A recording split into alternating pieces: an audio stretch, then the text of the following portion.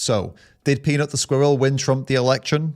You may have seen already, well, you definitely have seen already that Trump just won the US presidential election. And a lot of people are already debating why. But here's a question you probably didn't expect. Did Peanut the squirrel have any influence on the US presidential election? Let's dig into how this little squirrel with a massive social media following became an unexpected symbol of freedom and animal rights, and somehow ended up being a massive talking point for some very influential voices. Peanut was a rescued pet squirrel who lived with Mark Longo, the owner of an animal rescue in New York. Peanut had over 500,000 followers on Instagram. People couldn't get enough of him. They loved seeing him running on Mark's shoulders, nibbling on treats, and just being overall very damn cute. Mark and his wife had also rescued a raccoon who they named Fred, who was equally as cute as hell. But everything changed when New York state officials decided that Fred and Peanut were living with Mark and his wife illegally, and they decided to come in and seize both Fred and Peanut. The Longos and the world were devastated, but it was about to get much worse, as just a few days later, the state executed both Peanut and Fred.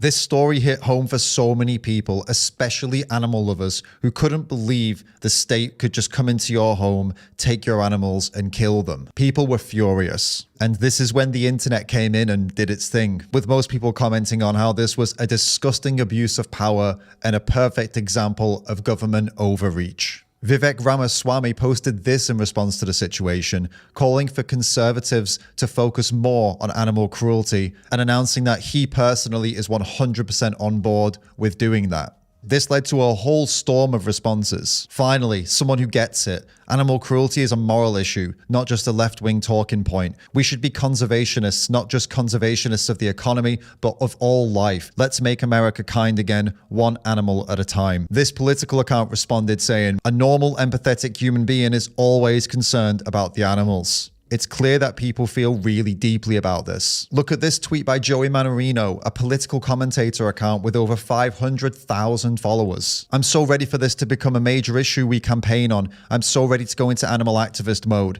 I love animals. Anyone who abuses them should suffer the same abuse they inflict upon the animals. They are completely innocent creatures who only know love. Even Joe Rogan and Elon Musk got involved. And this is where things get really interesting. Joe Rogan and Elon Musk went on a huge rant about Peanut's story on a recent podcast. They compared this whole situation to a real-life John Wick scenario, where the hero, played by Keanu Reeves, is forced into action when criminals come in and kill his beloved dog. And they didn't stop there. Elon went on to say that this kind of action should mobilize people to fight back against the government. So here's the thing about the whole squirrel thing is that how can it be that we live in America, supposedly land of the free, and the government can barge into your home with guns, so if you resist, you're going to get shot, and then take your pets and execute them? And if they can do that to your pets, what do you think they can do to you? No, Why would you kill that cute little squirrel that was obviously a pet and trained from the time it was a baby? Yes. If you see the interaction that guy has with that squirrel, it was wonderful. It was really cute. I think this should really get people out there mobilized, frankly, because you say that, like the John Wick movie, where John Wick's like, he just wants peace. Like, you know, in the John Wick movie, he just wants to, he's like, listen, I want to retire. And they offer him like tons of money, like to eat, because they want him to be an assassin, to keep being an assassin. And they kill his dog. That was a bad idea. He kills everybody. Yeah, he kills everyone. And you're rooting for him. Yeah. They shouldn't have killed his dog. Yeah, they fucked up. And they shouldn't have killed that squirrel. They shouldn't have killed that squirrel. How many cases have we not heard about, you know? Oh, look at that little guy. It's government overreach, and this just keeps getting worse every year. We've got to fight back against this. I hope people just go out there and vote for Peanut, man. If nothing else. If nothing else, just vote for Peanut. Why did this story hit people so hard and potentially influence an election? Well, Peanut wasn't just someone's pet. He represented something bigger. People saw this as government overreach and a threat to their personal freedom. Most of us love animals, whether it be a dog or a cat, a squirrel or a raccoon. And when stories like this pop up, people start to ask bigger questions. Like, if we care about Peanut and Fred, shouldn't we care about other animals also suffering? The situation with Peanut and Fred has sparked wider conversations about animal rights, animal welfare, and animal cruelty, and it's mostly being discussed by people outside of any kind of activism movement, with many influential people speaking up. People started wondering about the animals we don't see, like the pigs, chickens, cows, and other animals in our food system. And yeah, shouldn't we be outraged about the cruelty they face too? Most of the accounts bringing this up are actually political commentators.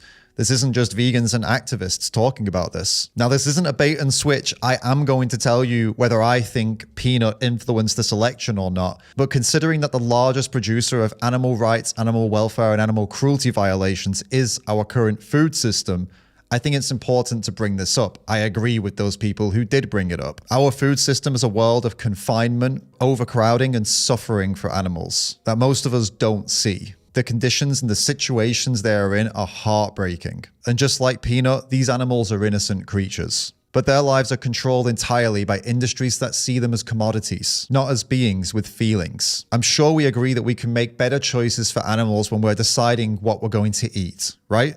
And a move towards animal-free food is the best option if we're trying to make the world a better place for animals. You can check the pinned comment for some free information on how to eat a healthy animal-free diet. And now here's where things get really wild.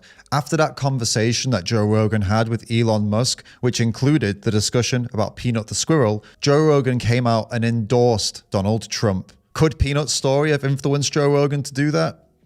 I mean, it's likely. And if it likely influenced Joe Rogan, could it have influenced many other people to vote against the Democrats? It sounds crazy, but for people who are already critical of the government and feeling like it was crossing lines, this situation could have been the final straw for them in making their decision on who to vote for. People love animals and want to protect them. Peanut's story tapped into that. So, did Peanut the squirrel win Trump the election? Maybe he didn't swing the vote directly, but he definitely opened a lot of people's eyes. A lot of people started to realize that the animals in our society all deserve a life free from suffering, not just the ones we keep in our homes, but also the billions that are suffering every day in our food systems. We're seeing that empathy can be a powerful motivator for change, whether it's voting, making different choices at the store, or just sharing a message. And Peanut's story is a reminder that animals do have value, whether it's a squirrel, a cow, a pig, or a chicken. If nothing else, Peanut's story made us all think a little bit harder about what kindness means and how we can make the world a better place for animals. If this video has resonated with you, get down in the comments and let me know what you think. And please do share the video with someone you think needs to see it. And if you want to help me with my vegan and animal rights work, check out the David Ram's Patreon and YouTube teams in the description.